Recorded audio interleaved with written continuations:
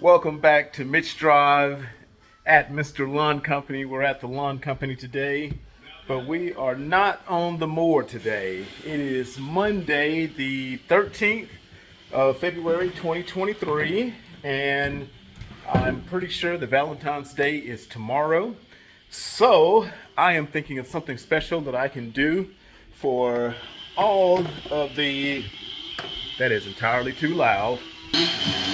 Let us cut this down to an appropriate volume. But yes, so I am going to be making, well, let me rephrase. My daughter is going to be coming over today to help me make, or to make for me. Let me get it right. I don't want to claim unnecessary credit. But I thought it would be nice to make something for the office personnel at Asheville, City of Asheville Housing Authority, and just to surprise a couple of my friends' wives with these strawberries that they're chocolate dipped strawberries that my daughter makes that are absolutely wonderful.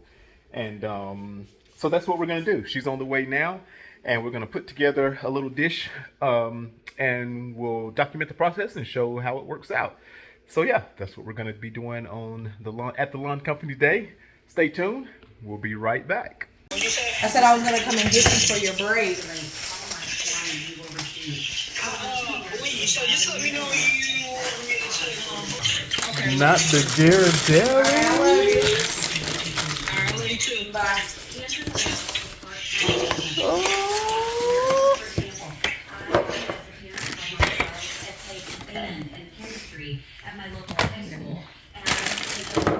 There we go. Oh, I'm sorry, look back. Yeah, you will be. Hubby, what you doing, man? Yeah, this is, I like the way this is shaping up already. They're gonna be great for this to be getting this. This is a surprise. Yo. Strawberries. I say we, but this is all Audrey. I'm just spectating and documenting. I have no idea what's going on. And we are melting chocolate in there.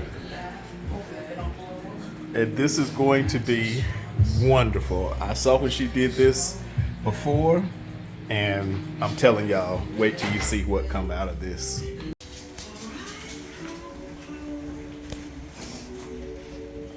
It has begun.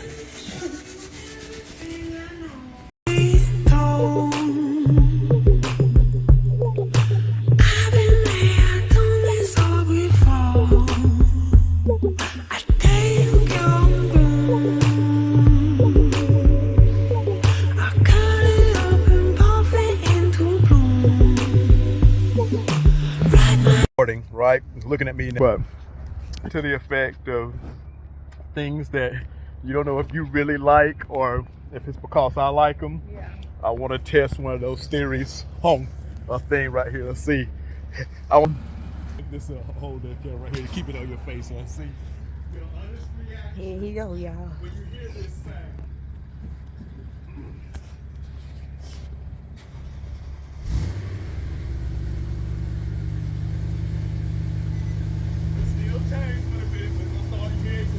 Cold start.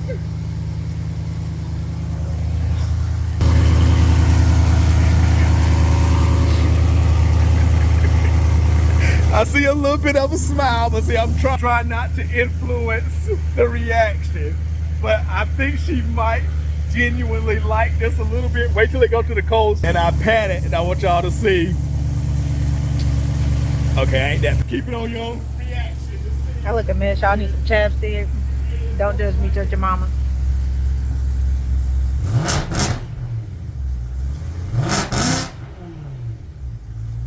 Okay.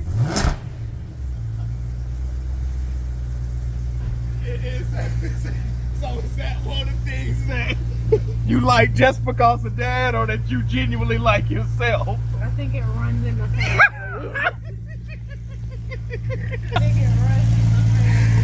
Oh my goodness.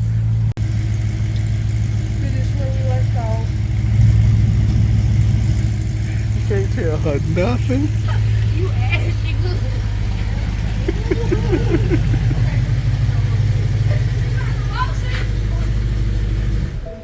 Bruh. You know what? It's wild that I actually do have some lotion right here.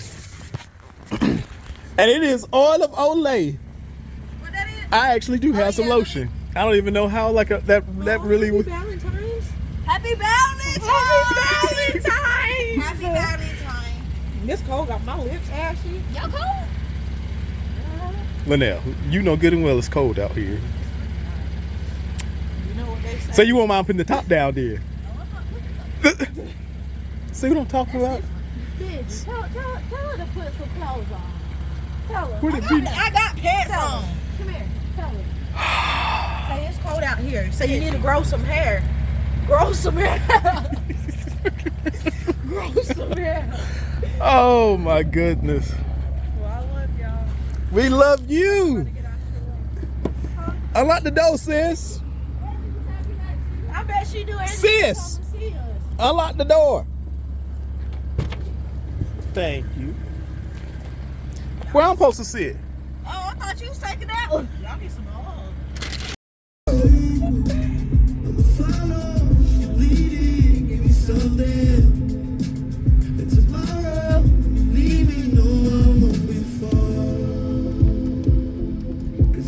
Like this, we lost in love.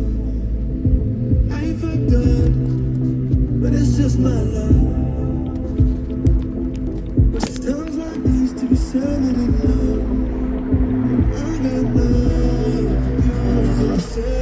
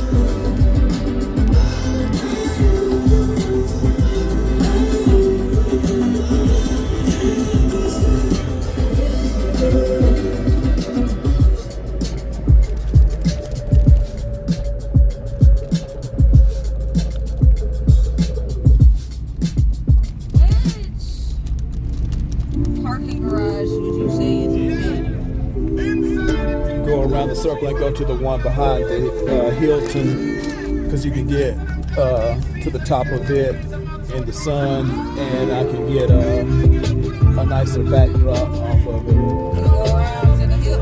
Yeah. Go in front of the theater, like, yeah, you on it.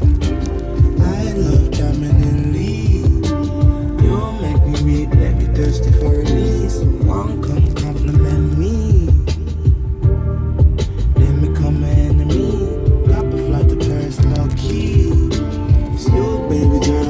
Breathe, please, baby, try understand me. I'm not a monster, I'm just a man with needs. I take flights when I learn it's time to go. Trying to take time back, crossing timing zones. Come press your lips upon me. LSD got me feeling empathy. One fell to mind chemically. Cause we suffer endlessly. Could be kamikaze, only time will tell. Even though I'm godly, might end up in hell. Sweet melody, wind up your body upon me. Your loving baby girl, you know we need it. Let me fight for it, we'll achieve it. Sweet melody, wind up your body upon me. Your loving baby girl, you know we need it. Let me fight for it, we'll achieve it. Feel my love drip over your skin. Rich dark chocolate, sweet melanin. Forevermore, you're gonna be my kin.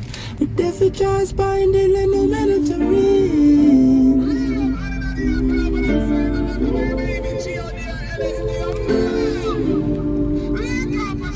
This one. Yeah. Give me a love, it's unrequited. The thought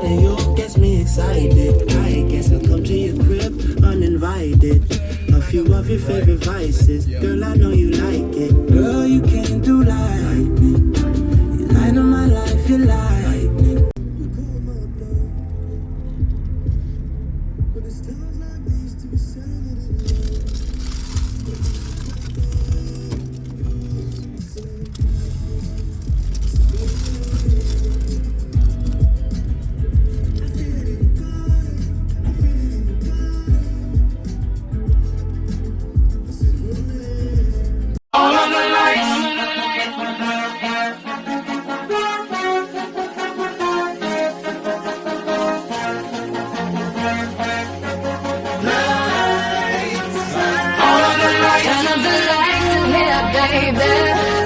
Extra bright, I want y'all to see this. Turn up the lights in here, baby. You know what I need, want you to see everything. Want you to see all of the lights.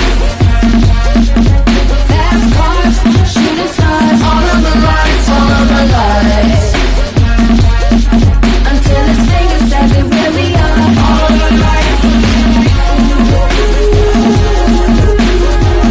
If you want it, you can get it for the rest of your life. Going all the way this time.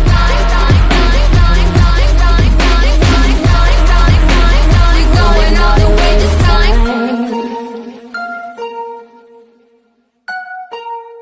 We're going all the way this time. We're going all the way this time.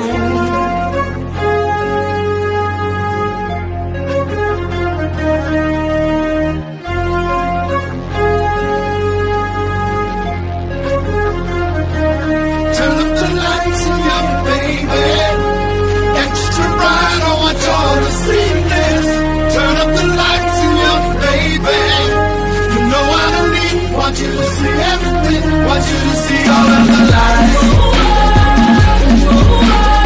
I tried to tell you, but all I could say is no. I tried to tell you, but all I could say is no. I tried to tell you, but all I could say is no. I tried to tell you, but all I could say is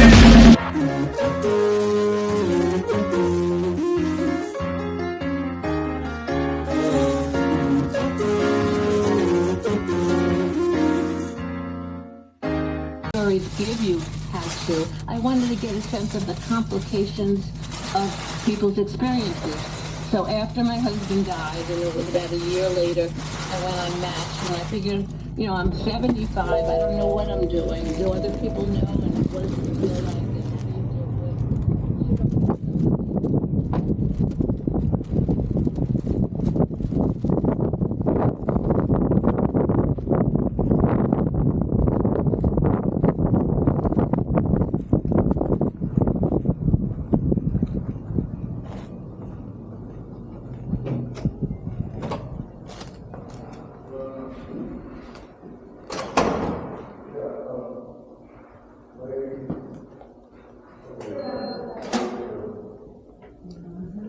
Good afternoon.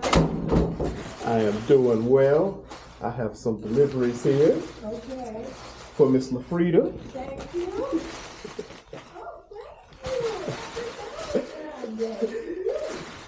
And oh, look at me dropping everything. Okay, and then for Yvette, Sherry, and Jakima. My daughters made those. They're chocolate covered strawberries. They made them for my little lady, so I'm now delivering them today.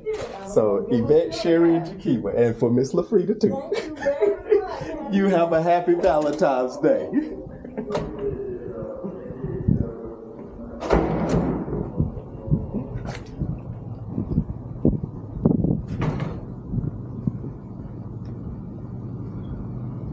Support for buyers and sellers in Asheville and beyond.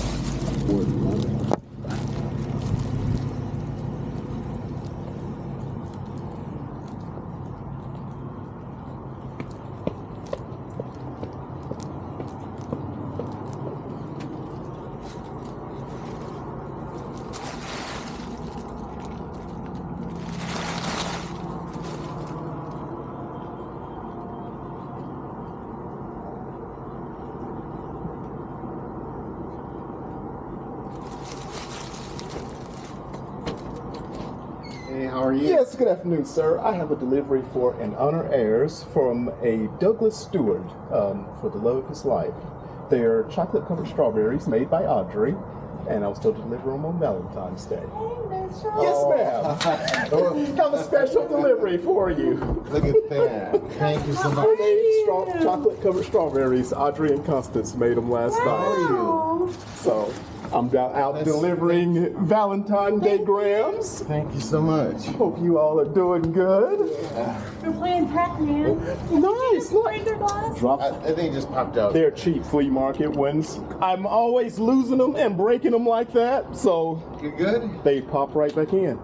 The days are starting to get sunnier and longer and a little bit warmer, so yes, I am I'm excellent. almost getting back to the swing of things. I'm glad to see you up and moving around and hopefully more of it. Yeah, thanks so much. But anyway, happy Valentine's Day. You all enjoy your week. Take care. Thank you so much. See ya.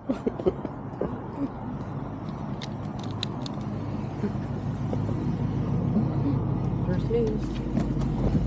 Live from NPR News in Washington, I'm Lakshmi Singh. The East Lansing campus of Michigan State University is mostly closed after students were killed and wounded in a shooting rampage last night. Few miles down the road from the state capitol, and today, many students said it's hard to imagine anything bringing back a sense of normalcy.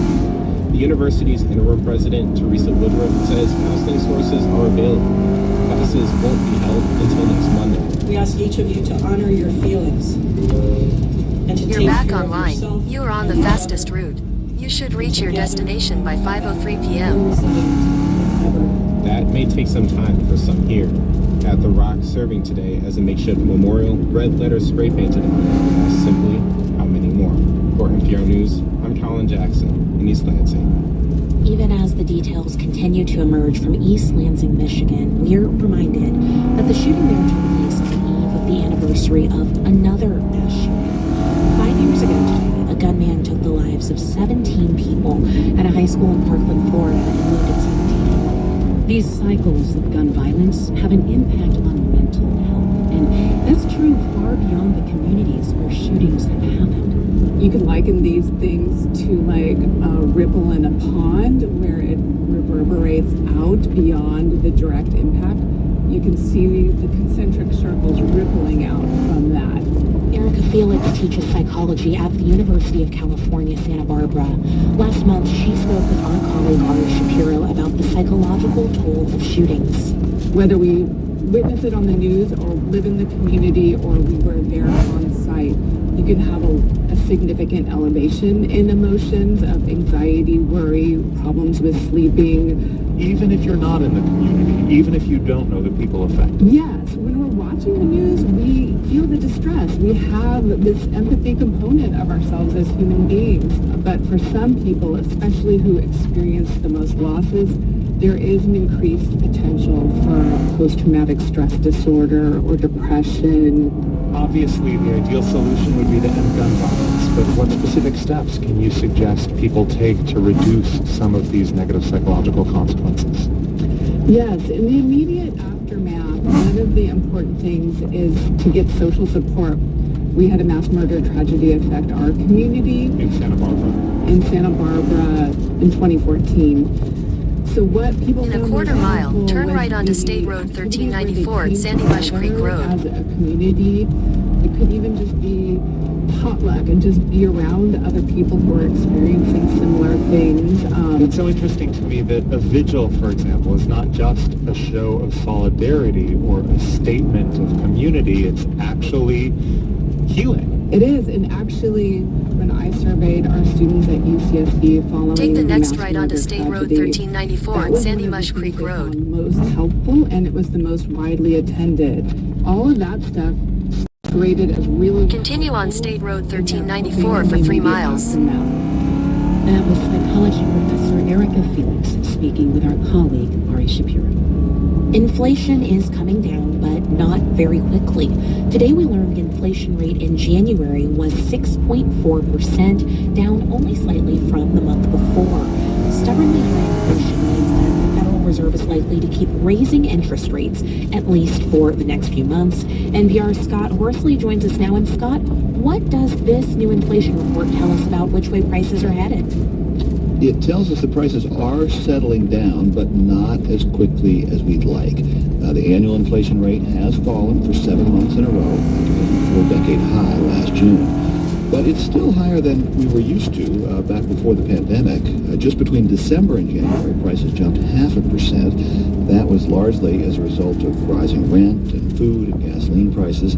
Kathy Bostjancic, who's chief economist at Nationwide, says that means the Federal Reserve is likely to push interest rates even higher in the coming months as it tries to wring these high prices out of the economy. The Fed Reserve is a long way away from mission accomplished. They want to see that, continued progress, and they certainly would be concerned if you see some stalling out. Now, progress in lowering inflation didn't stall out in January, but certainly slowed, and getting inflation all the way down to the Fed's target of 2% could be even more difficult. And Scott, why is that? Well, some of the temporary or one-off things that were driving inflation have already been dealt with. For example, the supply chain snarls that caused a lot of price spikes early in the pandemic have started to come untangled. As a result, we've seen a drop in the price of things like used cars. The gasoline prices, which soared to record highs after the Russia invasion of Ukraine, have come back to earth. The housing costs are still high, but they're expected to come down as cheaper rents that we can already see in the market start to show up in the official data. That leaves the price of services, things like auto repair, which has jumped 23% in the last year. The Fed's keeping a close eye on those prices, and they could be harder to control because so much of the price of services is driven by the cost of labor, and that means wages, which typically move in only one direction. Have rising prices put a damper on people's spending? Somewhat. Spending did tail off at the end of last year, but forecasters think we could see a nice rebound when the January retail numbers come out tomorrow. Remember, we've added a ton of jobs over the last 12 months, and over the last 7 months, wage growth has actually outpaced inflation. Bostjancic says that means a lot of people have money to keep spending if they want to. Consumers have more purchasing power than we thought as we ended 2022, in large part because the hiring was so strong. My sense would be that consumers are going to spend a lot of that. A possible clue to that willingness to spend was buried in today's inflation report, and it's this one. In a quarter mile, turn right onto North Carolina 63 East. Last month. Now, that suggests pretty robust demand. Now, former Federal Reserve Chairman Alan Greenspan used to consider men's underwear a kind of economic bellwether. It's generally out of sight. Nobody knows if you're wearing a new pair. So if you're gloomy about the economy, take the next right onto North Carolina 63 East. A 5.5% price jump in a single month suggests a lot of men are feeling pretty happy about the economy. Women's underwear prices up only 2% last month. Huh, who knew? NPR's Scott Horsley, thank you.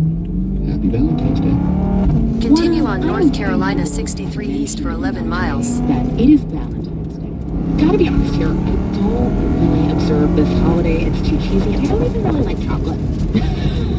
Well, whether you are a fan or not of this holiday, just be glad you weren't around for Valentine's Day in ancient Rome. It was actually a pretty brutal affair. You see, in mid-February, Roman men would sacrifice goats and a dog, make thongs from goat skins, and then run through Rome wearing those thongs, whipping women with straps of goat hide. And some women would line up for this, believing it would boost fertility. Some historians say that violent holiday, the Feast of Lupercalia, may be the pagan precursor to Valentine's Day. Okay, so what about Saint Valentine himself? Where does he come in? Well, there's an even worse story there. In the 3rd century, one or two Christians named Valentine, historians aren't sure how many, apparently angered the Roman emperor, and they became martyrs. And the Catholic Church began honoring them with Saint Valentine's Day on February 14th, right around the same time as the Goat Festival.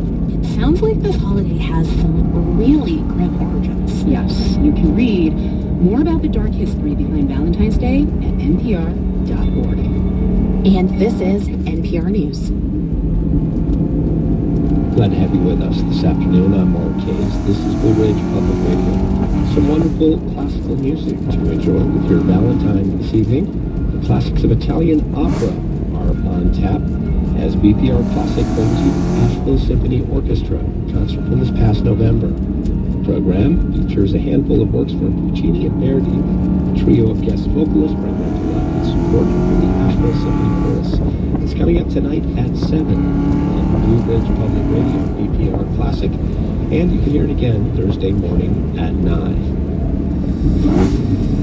Almost exactly a year ago, Russia invaded Ukraine. Millions of Ukrainians left their country, some trying to take their businesses with them. They have hard life here. They can have the same level of the life that they had before. I'm Kyle Rizdal, making ends meet wherever you are. Next time on Marketplace. And we certainly hope you'll join us for Marketplace this evening at 6. Support comes from the Southern Environmental Law Center, helping defend and protect North Carolina's air, water, land, and people who live here. More at southernenvironment.org. And The Orange Peel, presenting jazz swing from the Squirrel Nut Zippers and New Orleans music from the Dirty Dozen Brass Band on their Southern Remedies tour. It's coming up Friday, February 3rd at 8 o'clock. Tickets are at theorangepeel.net. We do not have military action like fighter jets over the U.S. and Canada most days. This is not something that happens on an average day. And all of a sudden, we have 4 things taken out of the sky. What's going on? What is happening? I'm Michael Barbaro. That's today on the Daily from the New York Times. Don't miss the Daily from the New York Times, coming up this evening at 6:30 right after Marketplace, right here on Blue Ridge Public Radio. Support for NPR comes from this station and from Easy Cater, committed to helping companies from nonprofits to the Fortune 500 find food for meetings and team lunches. Tax-exempt ordering and delivery nationwide at easycater.com.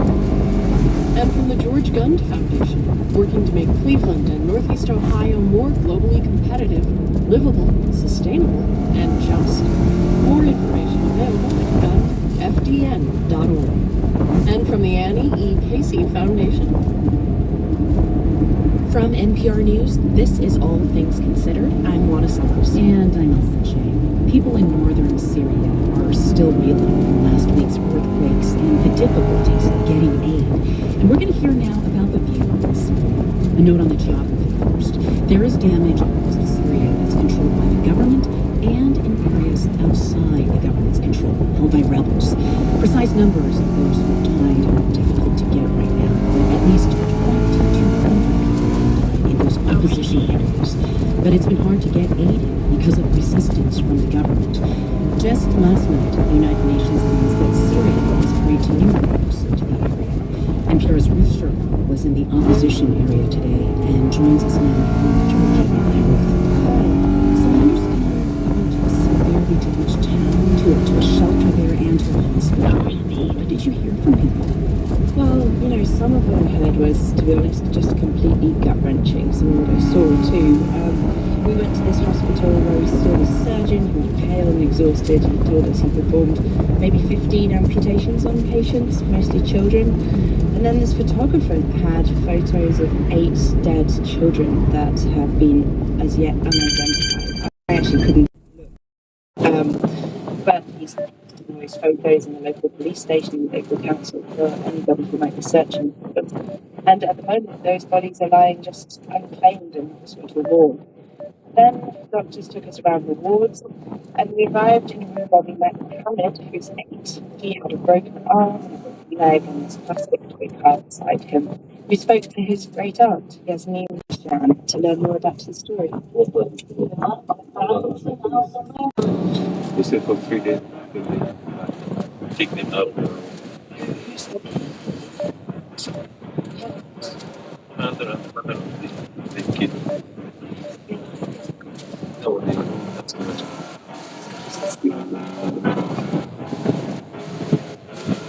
He used to have He is important.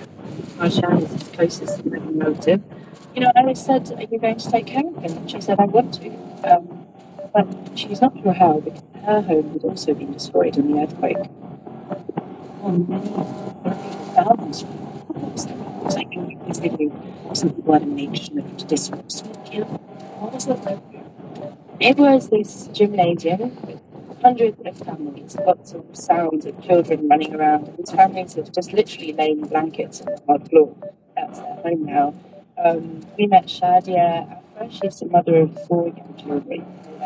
Through an interpreter, I asked her how she tries to protect her children from what they're experiencing. Wherever you are in Syria, the small kids, they get way older, way too quick from the realities that they witness every single day. There's nothing that they haven't seen yet. You know, this is still a country in a civil war. This earthquake follows children having survived airstrikes and displacement. Well, what is the latest on trying to get more aid into these areas? Well, this is the reason why we were brought into Syria by this opposition group, the Syrian Emergency Task Force, to highlight the problems of getting aid into Syria. Like you said, you know, the Syrian regime considers bringing aid over the border from Turkey a violation of its sovereignty, and its allies in Russia and China have repeatedly tried to limit, with votes at the UN Security Council, limit access across that Turkish border into Syria. But what this group is saying now is that this earthquake highlights the failure of that. They say the United Nations should not be beholden to the regime and its allies, and that in a humanitarian catastrophe like this, aid should be the priority, not politics, and they should have just moved faster because that might have saved more lives. That is NPR's Ruth Sherlock in southern Turkey, just back from a trip into Syria. Thank you so much, Ruth. Thank you. Christian nationalism has long been seen as a fringe viewpoint, but it is becoming more and more mainstream. That's according to a new survey from the Public Religion Research Institute and the Brookings Institution. They found an influential minority of Americans, particularly in the Republican Party, believe the country should be a strictly Christian nation. NPR's Ashley Lopez reports. We need to be the party of nationalism, and I'm a Christian and I say it proudly. We should be Christian nationalists. That was Republican Congresswoman Marjorie Taylor Greene during an interview this past summer. Christian nationalism, by the way, claims the U.S. is a Christian nation, and that the country's laws should be rooted in Christian values.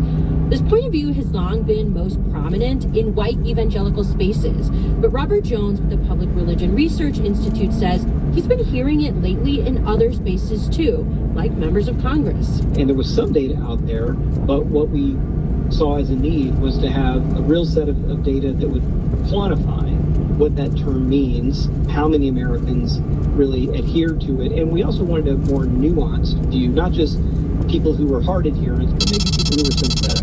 And what his group found is that about 54% of Republicans either adhere to or sympathize with Christian nationalism.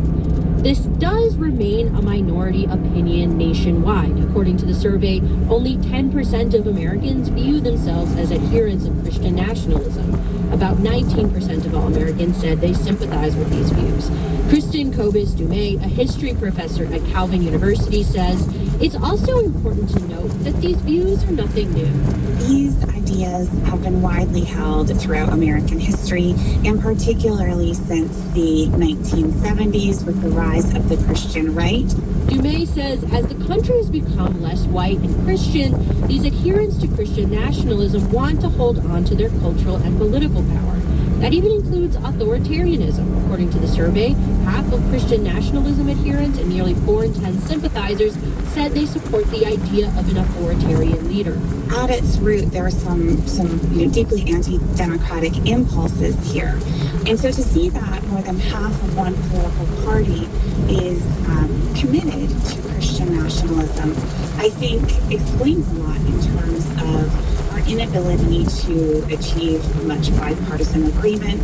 The survey also found correlations between people who hold Christian nationalist views as well as anti-Black, anti-immigrant, anti-Semitic, anti-Muslim, and patriarchal views. Tim Whitaker is the founder of the New Movement. He grew up in the church and now spends his life trying to detangle these kinds of views from evangelical faith. He says he's worried parts of his community are becoming anti-American. Most Christian nationalists, either adherents or sympathizers, either agree or strongly agree with the notion that they should live in a country full of other Christians. Whitaker says he has faith that most Americans will continue to reject these ideas when they hear them, but he's worried about the outsized influence these views have in the Republican Party. The reality is that a lot of these folks, especially these parents, are very militant in this belief that God has given them a mandate to rule over the nation. And so for them, I think that compromise is a sign of weakness. And realistically, the GOP needs to understand what they're dealing with. And this is just the beginning, Robert Jones of PRRI says, of researchers like him understanding the scale of this belief in America. He says over time we will have a better idea of whether these views are becoming more or less widely held. Ashley Lopez, NPR News.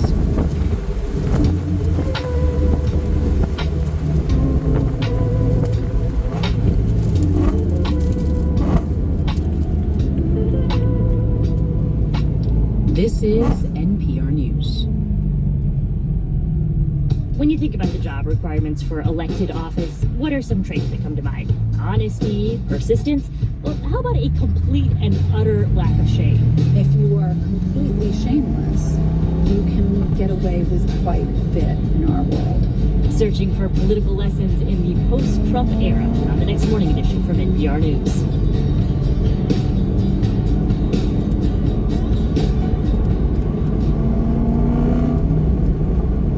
That is coming up tomorrow morning. In a quarter mile, continue straight to stay on North Carolina 63 East. Is the key to everything we bring you every single day here on this radio station. You're listening every day. You depend on this programming. We hope you'll consider becoming a member of the Ridge Public Radio. Continue straight to stay on North Carolina 63 East. At bpr.org. Thanks. Continue on North Carolina 63 East for 4 miles.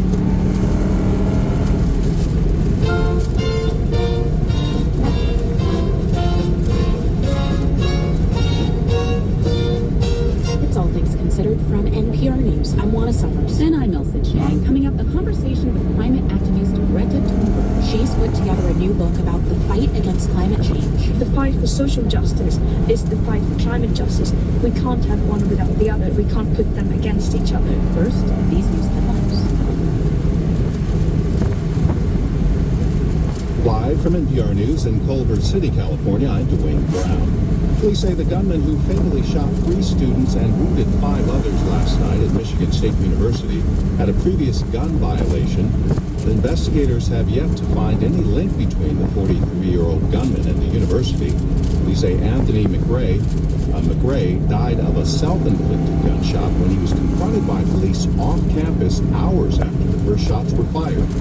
President Biden pledged his support today for all those impacted by gun violence. Our hearts are with the students and the families of Michigan State University. Last night I spoke with Governor Whitmer, and the FBI and additional federal law enforcement are on the ground assisting the state and local folks, and 3 lives have been lost and 5 seriously injured. And it's a family's worst nightmare. It's happening far too often in this country. McRae previously served 18 months probation for possessing a loaded gun in the vehicle. The Uvalde School Board addressed its decision to end a review of the police response to the Robb Elementary School shooting last May. Mariana Navarro, Texas Public Radio, reports. The district announced last year it would work with the private firm JPPI Investigations to conduct a review of how police responded to the mass shooting. Interim Superintendent Gary Patterson said JPPI was mentioned as an option, but was never officially authorized. We never engaged JPPI, we never signed anything with JPPI, and never paid JPPI anything having to do with an investigation to our police department. A press release by the district in September stated otherwise. Patterson apologized for the confusion. Patterson says district police response has been subject to other investigations. Also at the meeting, the board unanimously approved a motion to end the school year before the May 24th anniversary of the massacre. This is NPR. The White House says a major airline purchase from India has gone through. NPR's Amina Bustillo reports Boeing, America's biggest airplane maker, will provide 220 jets to India. Air India has bought the Boeing jets valued at a list price of $34 billion. The White House says the deal also take the next right onto Lionel Place, then turn left onto King Arthur Place. Of close to $46 billion. It's Boeing's third largest. Make a U-turn, then turn left onto North Carolina 63 East. Second largest of all time in quantity. President Biden hailed the purchase, arguing that it would create jobs that will not require a 4-year college degree. The order is expected to support a total of 1.47 million direct and indirect jobs across 44 states. Jimena Bustillo, NPR News. Turn left onto North Carolina 63 East. Governor and UN Ambassador Nikki Haley announced her candidacy In 500 today feet, for the turn left onto 2024 King Arthur Republican Place. presidential nomination. She's the first major challenger to former Take the President next Donald left onto Trump. King Arthur Place, The then turn decision right announced onto in a Gawain video Street. today marks an about-face for Haley, who 2 years ago said she wouldn't challenge her former boss for the White House. Haley changed her mind in recent months, citing the economy and what she called the need for generational Take the change. next right onto Gawain Street, Stocks finished then turn higher left today onto on Wall Lancelot Street, Lane. Dow up more than 1%. This is NPR. I'm Mark Hayes. You're listening to Blue Ridge Public Radio. Just Take ahead the of next left fascinating onto and Lancelot important story Lane, then from turn right Iran. onto Galahad Place. Masha Amini's death after an alleged violation of Iran's strict dress code sparked months of protest, and now the streets of Tehran are crowded with women with uncovered hair, act of bravery and dissent. We'll get the latest coming up just ahead. Support comes from our wonderful members and from Carolina Ophthalmology, offering regular eye exams for the early detection of glaucoma. Take the next right onto Galahad Place, then turn right onto Everlake Drive. More at CarolinaIMD.com. This is Blue Ridge Public Radio.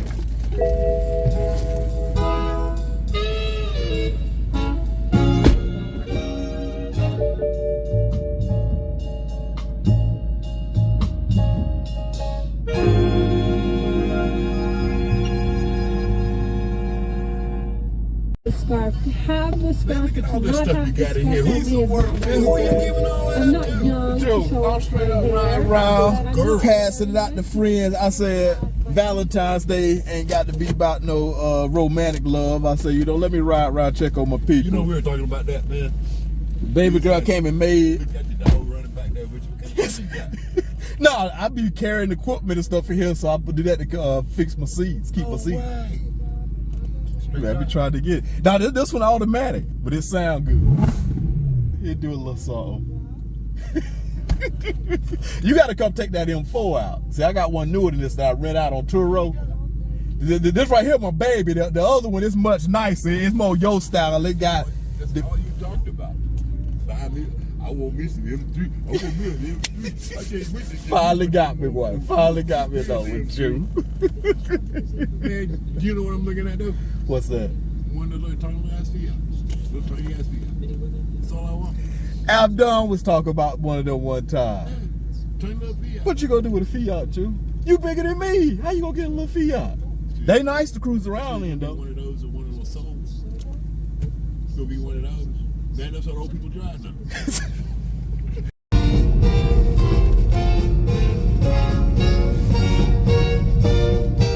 It's All Things Considered from NPR News. I'm Elsa Chang. And I'm Juana Summers. In Kimon Felix's debut novel, Dyscalculia, she explores the end of what she calls a quintessential first love and tells a love story for herself. I wanted people to have a different relationship with heartbreak. It's something that we only associate with romance. Now news. Live from NPR News in Culver City, California, I'm Dwayne Brown. The United Nations is appealing for nearly $400 million to help Syrians recover from a devastating earthquake, calling on everyone to allow aid to move more freely. One convoy has made it to a rebel-held area of Syria a day after the government agreed to reopen more aid routes from Turkey. Here's NPR's Michelle Kellerman. UN Secretary General Antonio Guterres calls this a generational disaster. Millions of people are homeless in freezing temperatures, he says, and life-saving aid is not getting there fast enough or in the quantities needed. The human suffering from this epic natural disaster should not be made even worse by man-made obstacles. Access, funding, supplies. Syria, with Russia's help, limited the UN's access to a rebel-held part of northwestern Syria, authorizing only one aid route. Now Syria is allowing two more, and Guterres says aid has gotten through another border crossing from Turkey. Michelle Kellerman, NPR News, the State Department. Former South Carolina governor and ambassador to the UN, Nikki Haley, has made it official. She's running for president in 2024. As NPR's Windsor Johnson tells us, the Republican announced her candidacy today by way of social media. In a message on Twitter, Haley called for a generational change for the Republican Party, adding that Washington has repeatedly failed the country. For now, she's the only Republican rival to former President Donald Trump for the 2024 nomination. Haley, who served as UN ambassador under Trump, also touted her record as a twice-elected governor of South Carolina and her leadership in the state. She's expected to deliver remarks tomorrow in Charleston at a campaign launch event. NPR's Spencer Johnston. Today's announcement marks a reversal for Haley, who 2 years ago said she wouldn't challenge her former boss for the White House. This is NPR. In Colorado, water levels in Lake Powell have dropped to an all-time low, as Alex Hager of member station KUNC tells us the nation's second largest reservoir dipped past the previous record set last April.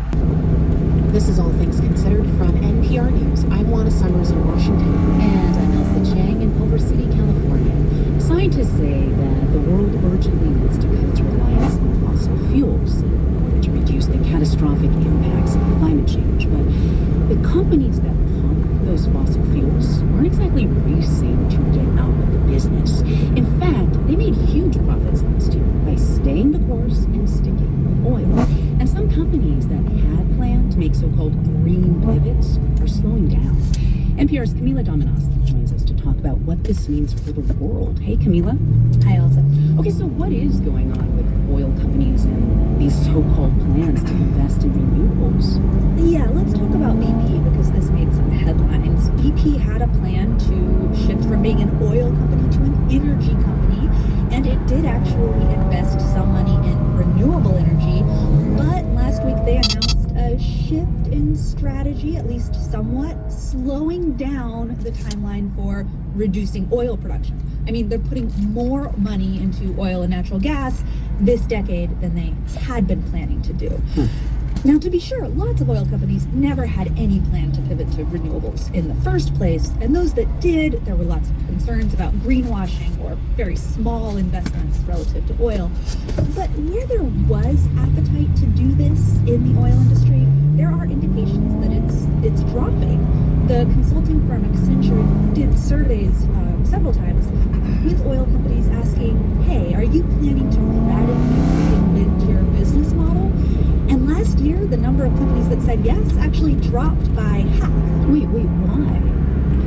Well, one obvious point, the demand for oil is there, right? The world uses millions of oil and natural gas today, every single day. And when oil prices are high, like they were last year, pumping oil is incredibly profitable.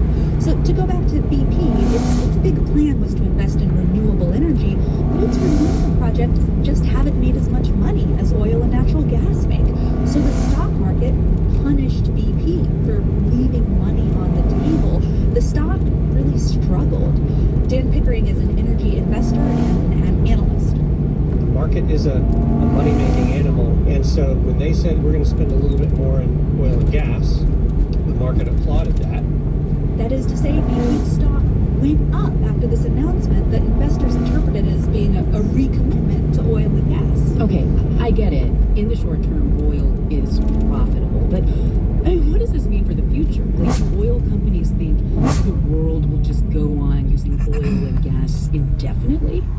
Yeah, what I think is really interesting right now, even oil executives are talking a lot about still a couple of decades, but just a couple of decades, right? That would be expensive and disruptive, higher energy bills for people today, but it would save money and save human lives in the future by reducing climate emissions more. On the other hand, you have a more gradual transition, a slower change that releases a lot more CO2. It would be cheaper and easier today. It would obviously be more profitable for oil companies, but it would mean a much bigger price paid in the future. So based on investments, right now, oil companies are betting on a slow change. Well, what does that mean for efforts to fight climate change then? Is this a bet? It could be right or wrong. It depends on how fast demand actually goes down. On that point, today, European lawmakers put the finishing touches on a law that would unveil new gas-powered cars in 2035. Same in California. So things change fast sometimes, but it's not clear who's going to be right in this question about the future. That is NPR's Camila Dominowski. Thank you, Camila. Thank you. In Turkey, there's growing anger at the government of President Recep Tayyip Erdogan, whose tight grip on power is facing a stiff challenge. Many say the response to the earthquake has been too slow. They say that some of the more than 35,000 who died there could have been rescued. NPR's Peter Kenyon reports on the mood in Istanbul. Istanbul resident Ceylan Orhan takes a minute from talking with friends on the street to say he's been thinking about what could have been done differently, what might have saved more lives in this disaster. He says he's no expert, but it's clear that very little was actually in place and prepared for a major earthquake. The buildings were unprepared, the people were unprepared, and so was the government. Orhan is especially angry over the zoning amnesties that were granted to contractors, allowing them to build housing more quickly by skipping safety measures. He says the result was catastrophic. Zoning amnesty is almost like putting people in cemeteries while they're alive. Amnesty cannot be moved. It's not right ethically, nor is it within the law. Orhan notes President Recep Tayyip Erdogan did acknowledge that the government's response was slow and insufficient in the immediate aftermath of the quake. He also was not impressed by the performance of AFAD, Turkey's emergency management agency. But the news that the government had given amnesties to contractors that left buildings in earthquake-prone areas lacking the defenses to keep people safe is, in his view, the worst failure. We have seen the places that were given this amnesty. Two buildings, side by side, one is standing, the other isn't. Zoning amnesty is against the law and humanity. My friends lost their families. A lot of my friends lost their families in Hatay. We have so many losses. We all feel pain and sadness. People grew even more angry when videos surfaced of President Erdogan making campaign stops for ruling party candidates during 2019 local elections. At one stop, he boasted about the amnesties that enabled housing to be built more quickly in cities like Kahramanmaraş, which was hit very badly in this earthquake. We solved the problems of 144,156 citizens in Maraş with the zoning amnesty. Two other Istanbul residents, Selma and Maher Toymaz. You are well. Your dad's gonna love this. The bottom ones are made by Ingalls. The top ones are made by Audrey. I want a full report on which ones are better.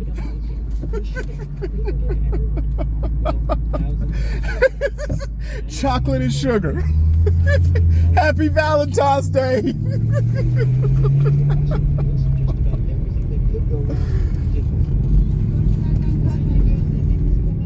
From what we see on TV, nothing started on time. First of all, the army came away.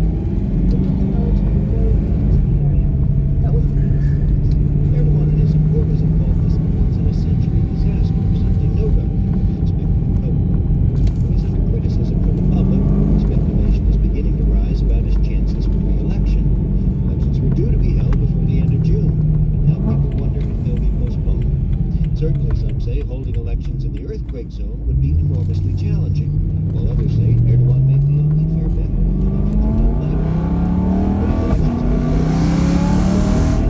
democracy and Erdogan's political future. Peter Kenyon, NPR News, Istanbul.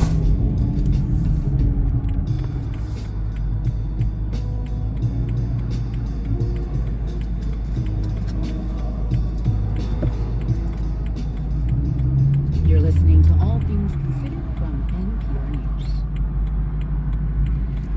The existence of people with mental illness has been developed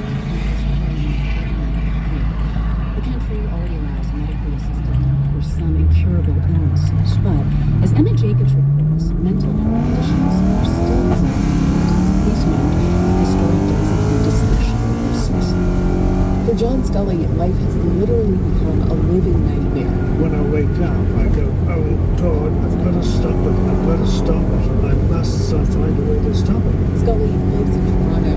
He was diagnosed with depression 3 years ago and suffers from work-related PTSD and anxiety. He says he has horrible, vivid nightmares. There is no way to stop it. Because of that, I'm also permanently sleep deprived. He has been watching the progress of the expansion of medical assistance in dying, known by its acronym MAID, very closely. I actually physically paperwork for MAID. I have it right here. Canada's medical assistance in dying program was made legal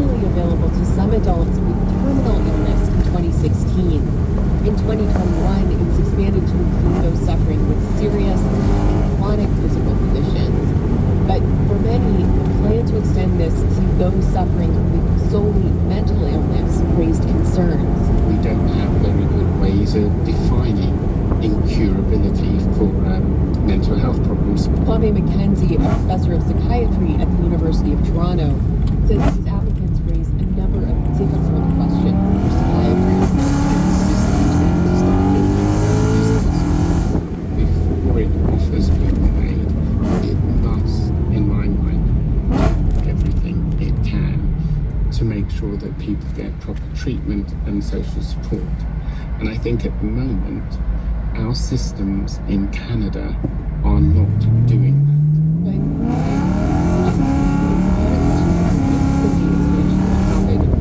When out psychiatrist Mona Gupta. Now we have a very different policy where all sorts of people with chronic medical conditions on their mental health could request. Gupta, who works at the research hospital of the University of Montreal, led a panel the Canadian government tasked with figuring out how MAID should be handled for applicants with mental disorders as their only conditions. The recommendations included additional funding for mental health and advice for clinicians assessing people who apply for MAID. Their conditions were based partly on the experience of European countries that already allow medical dying for people with mental conditions. If we extrapolate from European data, most people do actually, and the people who could actually reach that threshold ought to have had, will have had extensive histories of treatments. In Toronto, John Scully feels that he has exhausted all available treatments. He had hoped to apply for MAID when it became open to those whose irremediable condition is a mental illness. It offers dignified death. It offers a peaceful death. Government ministers say the delay will give more time to share information with practitioners throughout the healthcare system. Scully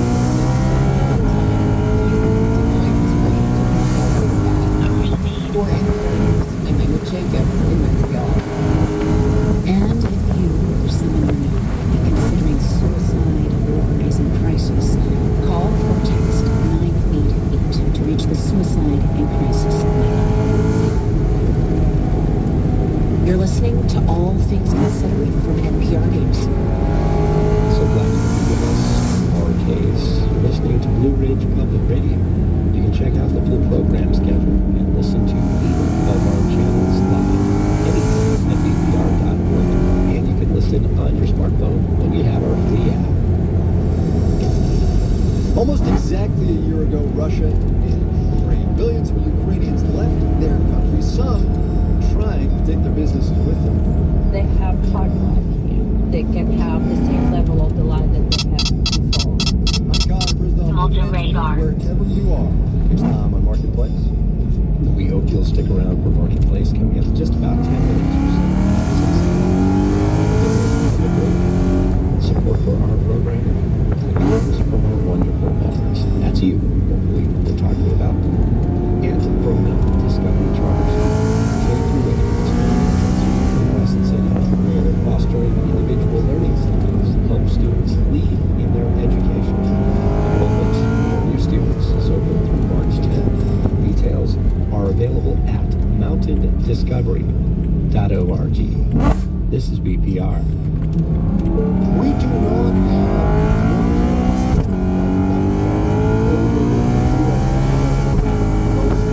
This is not something that happens on average day. And all of a sudden, we have 4 things taken out of the sky. What's going on? What is happening? I'm Michael Roman. That's today on the Daily from the New York Times. And certainly hope you'll join us today from the New York Times at 6:30 this evening. That is right after Marketplace. This is Blue Ridge Public Radio.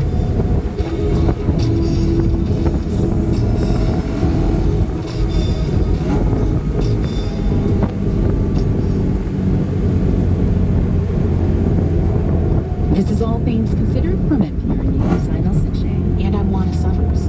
Kimon Felix says around the 2nd or 3rd grade, she went from having an endless love for math to being incredibly afraid of it. My ability to comprehend what was on the board completely went away. Felix suffers from a learning disorder called dyscalculia. That's also the title of her new memoir, a new genre for the poet whose debut collection was longlisted for a National Book Award. The book, which also touches on trauma and self-harm, is subtitled A Love Story of Epic Miscalculation. And within the first few pages, Felix reveals an experience of heartbreak, the end of what she calls a quintessential first love. It was the first time that I actually knew what it meant to be in a partnership with someone. And I felt really alone and really unsafe in the world, and it made me feel a lot safer. And I think that's part of what love does, is it allows you to let down some of that armor and allows you to redesign your relationship to safety. And I'm forever grateful to that relationship. But I'm also hyper aware of the fact that for young people, that one relationship may not be the most important relationship of your life. It might tell you a lot about yourself at the time, but I'm engaged now and in a relationship that, to me, doubles, triples what I was able to feel in terms of that capacity for love. And I'm really happy to have experienced both of those loves and to be able to compare them, because I learned a lot that allows me to be a much better partner now. And I have loved a lot, which allows me to feel good. In the book, you read about these different types of pain and loss in searing detail. There's the pain within romantic relationships, there's self-harm, there's pain within different types of interpersonal relationships, sexual abuse, and you write about them in such an incredibly personal way. I'm curious what drew you to want to explore loss themes. When I started writing the book, and the focus was on heartbreak, it was impossible for me to talk about my own heartbreak without talking about these other systemic heartbreaks that had already happened. Trauma, we don't think of it as heartbreak, but it functions similarly. It causes the same kinds of symptoms, depression and anxiety and litany of others. I wanted people to have a different relationship with heartbreak. It's something that we only associate with romance. If you decontextualize it, put it in other spaces, talk about it in terms of self-harm, in terms of sexual assault, it's a lot easier for people to understand what it means for a person to be in pain, or what it means for their heart to be broken. But somehow, when we think about romantic heartbreak, we think of it a lot more casually. We don't give people the space and the generosity to say, you know what, you're going through a trauma. This is a trauma. Can you give an example of a moment in your story where you came to this realization? There's one moment in the story where I go to work and I tell my boss that I am going for a breakup. And my boss immediately pushed through it with work. And what she said was, the same thing happened to me when I was around your age.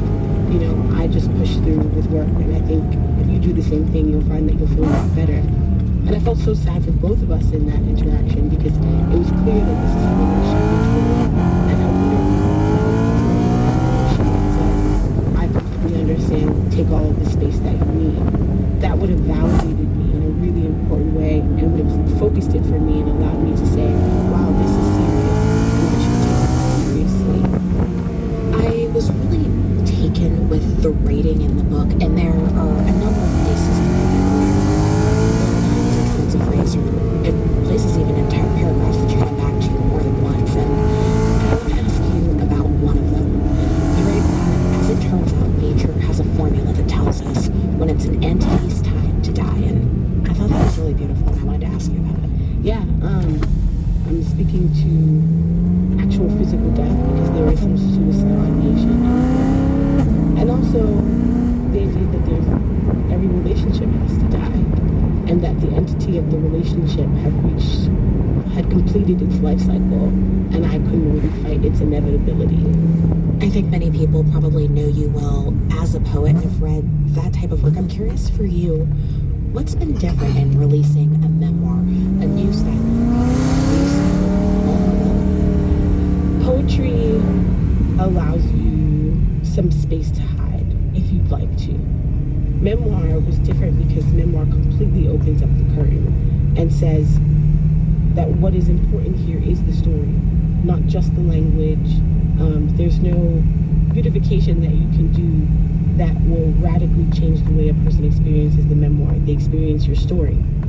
And as much as I'm slightly embarrassed by how much of my story I put in the story, nothing that I put in the book was without real intention. There's this point near the end of the book where you write about this guy who's approaching you as you're working on this very book, and he asks you what your book is about. Tell him it's about just heartbreak. And then you tell us, your readers, that Black girls get to write about benign heartbreak too. And I think you describe it as proud and saccharine and pathetic. You got to say more about that. Yeah, the kinds of books that the industry seems most interested in publishing by Black women when it comes to romance.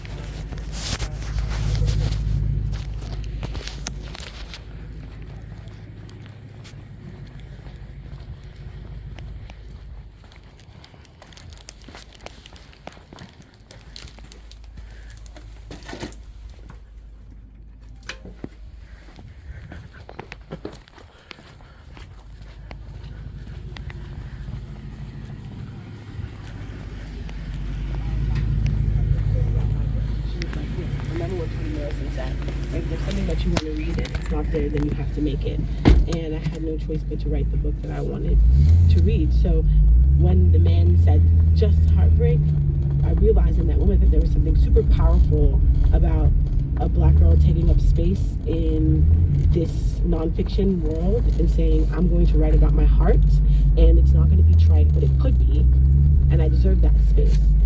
Before I let you go, I do want to come back to the subtitle of this book, A Love Story of Epic Miscalculation. Whose love story is it?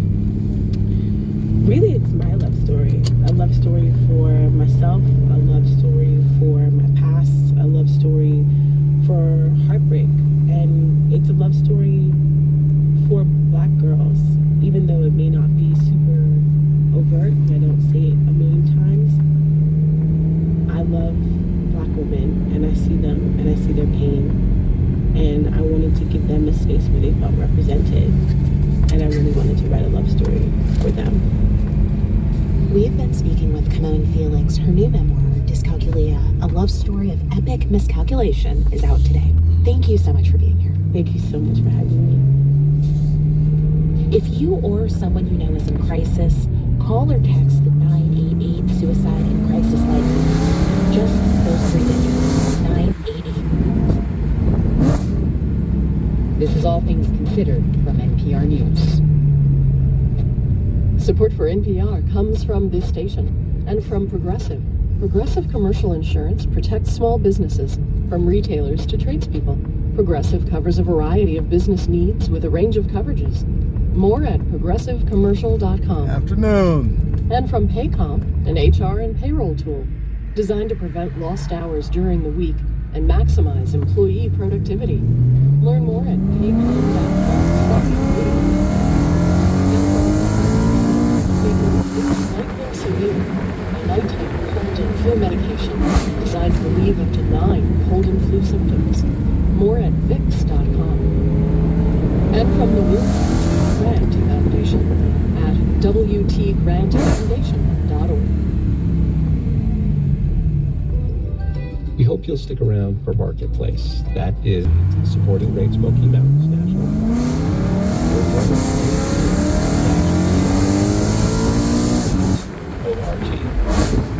You are listening to Blue Ridge Public Radio. We are WCQS Asheville, WMQS Berkeley, WYQS Morris Hill, WZQS Colowee, and WCQS HD. 6 o'clock, ring the bell. It's time for Marketplace.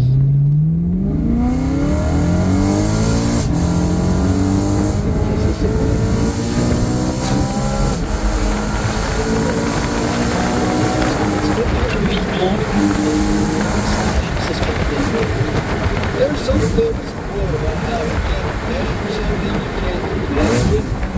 The event in question today is this American love. This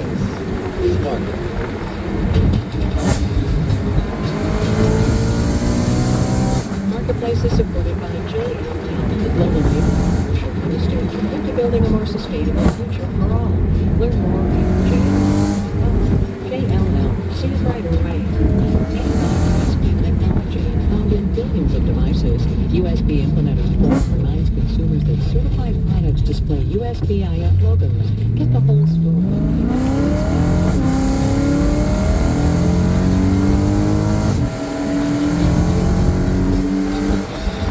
In Los Angeles, I'm driving with only 2 days to the 14th that go on. Everybody, the key indicator right now, I think we can all agree, is inflation. And to that end, we got the January consumer price index this morning. Prices up 6.4% last month versus earlier, as you should have heard by now. That is, for the record, the 7th straight month of year-over-year cooling of consumer prices. But month to month, that is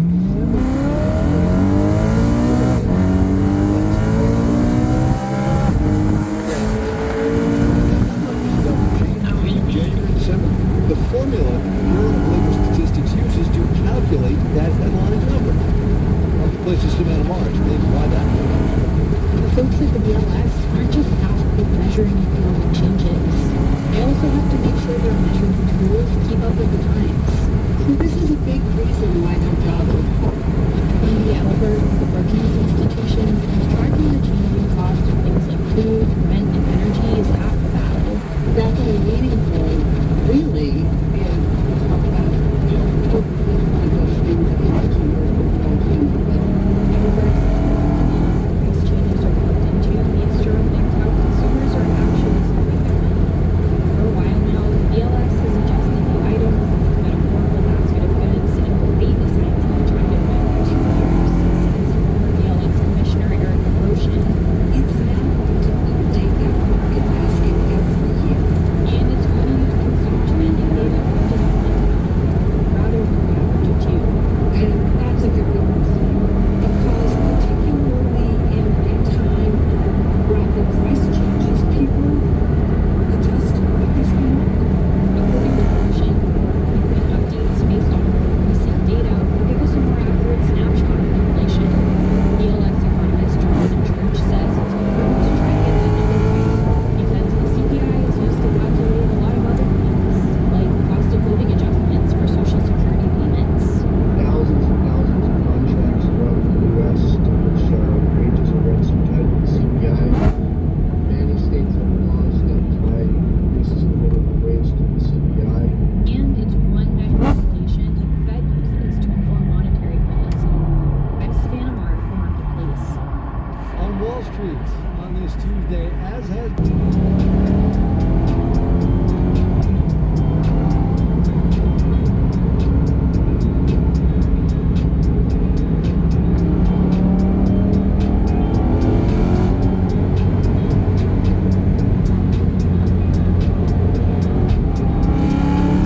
It's about a 20-minute walk from the headquarters of the Federal Reserve, technically the Mariner S. Eccles Federal Reserve Board building on Constitution Avenue in Washington, over to the White House. Less, probably, if you got a White House ID and you don't have to go to the visitor entrance on Pennsylvania Avenue. So Leo Brainerd's going to have a pretty quick jaunt over to her new office. The White House announced today that the current vice chair of the Fed is going to be the next director of the National Economic Council, which means that she's going to move from helping to set interest rates to helping to set the economic agenda for the Biden administration. In other words, switching from monetary policy to fiscal policy. Marketplace's Stephanie Hughes is on that one. Monetary and fiscal policy both sound vaguely money-ish. To keep them straight, I find etymology helps. Fiscal comes from the Latin word fiscus, which means basket. Back in ancient Rome, the government stored taxpayers' money in baskets. Peter Conti Brown at the Boards thinks of it this way. When you hear fiscal policy, think the tough, value-laden decisions that the politicians must make about public money. So when to pull money out of the basket and spend it, or put more in there by taxing. Whereas Monetary policy is about the value of that money. in raising or lowering interest rates to change money's value. That's the job of the Federal Reserve. To have someone move from making monetary to fiscal policy, It's not uncommon, but it's not common. Harvey Rosenblum worked for the Federal Reserve Reserve for more than 4 decades. He's an economist and says at the Fed, everyone speaks economist. But at the White House or in Congress, you've got hundreds of dialects that you're trying to understand where people are coming from, and they're driven by ideology. In monetary policy, people are driven by the debt. At the Federal Reserve, the main job is to keep the economy steady, says Stanford's John Taylor. I think the person who goes from that to the White House has more information about that than most people. One example, Treasury Secretary Janet Yellen, who used to be the Fed chair. But Peter Brown cautions against having too many Fed in the White House. Will we get a diversified set of views to the president that isn't just reflecting whatever the Fed wants to be done? Conti Brown says sometimes central bankers fall into a rhythm of groupthink, which doesn't always lead to good policy results. I'm Stephanie Hughes, Markets.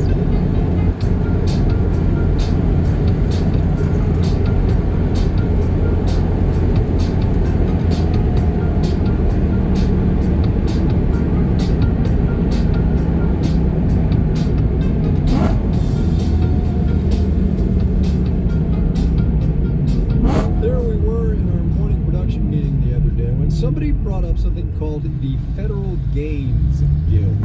Turns out it's been around for a while. It started in the Wilson Center, an organization, informal, by its own description, of government agencies that see merit in using games to help people understand sometimes really complicated policy issues. Elizabeth Newberry is the director of the Serious Games Initiative at the Wilson Center, also the chair of the FGG. Thank you for having me. So, when you go to a big party or a cocktail party or a kids' soccer game or whatever, and somebody says, what do you do? And you say, I'm the director of the Serious Games Initiative at the Wilson Center, and I'm also affiliated with the Federal Games Guild. Then what happens? Well, typically they ask me to explain Minecraft to them. But more importantly, I explain that I have a background in PhD in game studies from Cornell University, and part of my job is to use games for positive outcomes or social good and to tackle leading policy issues of today. Well, keep going with the policy issues. What makes a good policy game? Yeah, so at the Wilson Center, we're an international focused think tank. We also develop games and try to help engage broad dynamics of stakeholders, in my case, often middle school students and up, on leading policy issues. One of our games is called Fiscal Ship. It's on the federal budget and national debt. Yeah. That is a hard game, by the way. It is a super hard game. Oh, yeah, well, I can... Somebody sounds I've played it before, everything from, again, middle school students to members of Congress, and it's interesting how everyone comes with a different lens to this particular game. We should say here that Fiscal Ship is a game about the federal budget, and you get some policy objectives, or you choose yours, and then you have to make the budget work. And as I said, and maybe it's just me, I think it's really hard. How does one, however, go about getting involved with the game work for these kind of policy games that you're talking about? I mean, not everybody has a PhD in game studies. Yeah, so thank you again for the, obviously you have played the Fiscal Ship. I should also note that you can play fiscalship.org yourself and see if you do better than we can at it. But one of the things that... So do you know the secret cheat code for Fiscal Ship? Well, I can't give all the secrets, but I will say that the game will stop you if the goals that you set are too hard. But most of the time you can get to goals that are just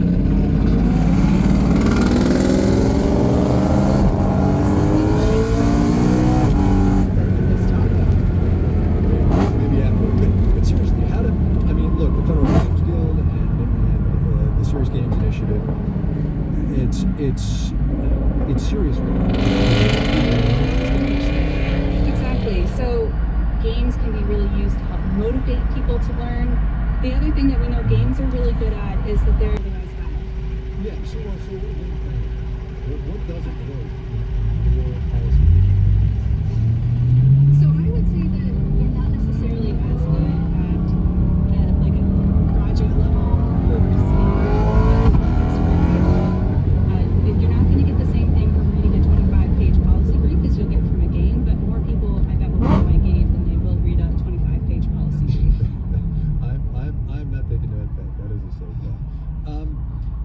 side of policy games?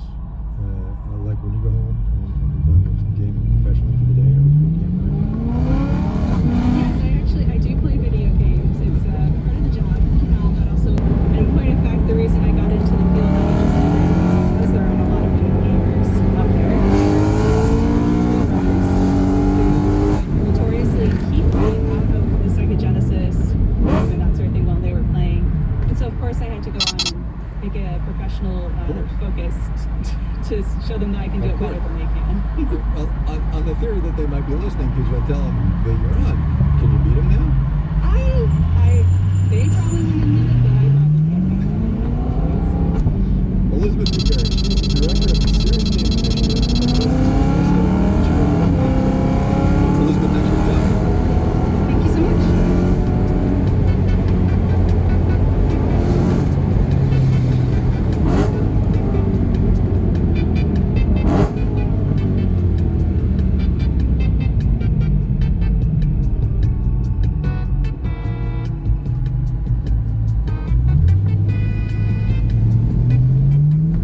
Last summer, natural gas prices were at 14-year highs, thanks mostly to spillover from the Russian invasion. Since then, nat gas is off by more than half, which is nice for natural gas customers, particularly utilities that burn it to make electricity for the rest of us.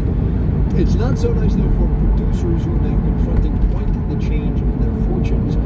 And that gets us to the marketplace economic word of the day, hedging. Marketplace's Lily Jamali is on Explainer. Last year, prices of natural gas hit their highest level since around 2008, according to Clark Williams Derry of the Institute for Energy Economics and Financial Analysis. One of the big reasons was that the U.S. was exporting more and more natural gas in the form of liquefied natural gas. Much of it went to Europe as the continent worked to wean itself off of Russian natural gas. Prices peaked near $9 per million BTUs. It's now below $2.50 per BTU. So it's a tremendous increase. And that's why gas producers hedge, says Bob McNally, president of Rapidan Energy Group. It's a strategy that locks in prices based on expectations for the future. It's insurance against a bad thing happening.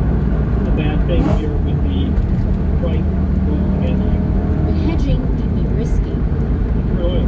When you pay a lot of money to insure against the price collapse, but it turns out prices went up. Yeah, your investors aren't so happy. In retrospect, you look like you won wise. Hedging has declined recently in the natural gas industry. Last year, 52% of production was hedged. This year, it's down to 36%, according to consultants at Energy Aspects. It's not just sellers that hedge, buyers do too, and they may be cutting back as well, says RJU Futures Eli Tesfaye, whose clients include agribusinesses that purchase fertilizers made with natural gas. They don't need to hedge. It's not going to impact their costs that much.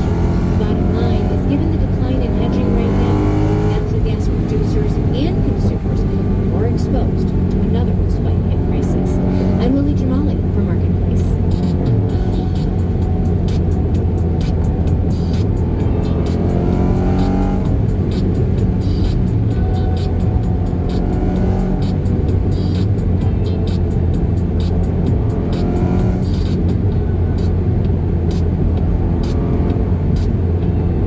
Coming up, Do you really have cats? Oh my gosh, you really have cats? This is amazing. I love cats. Let's go see them.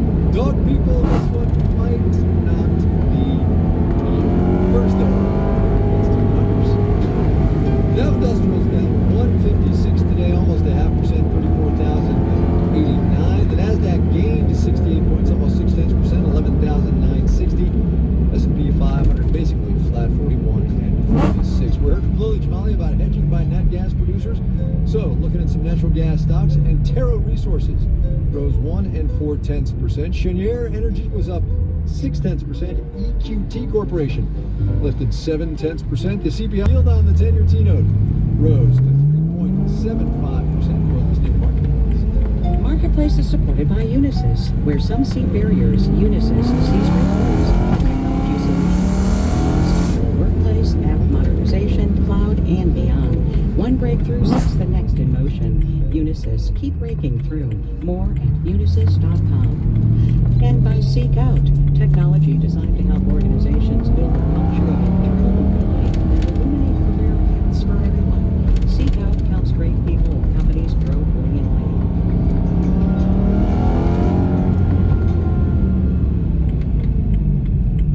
Thank you for joining us for Marketplace here on Blue Ridge Public Radio. My name's Mark Hayes. It is a pleasure having you with us. Support comes from our members and First Citizens Wealth Management, committed to building strong financial futures one client at a time.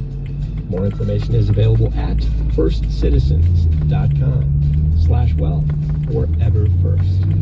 This is Blue Ridge Public Radio.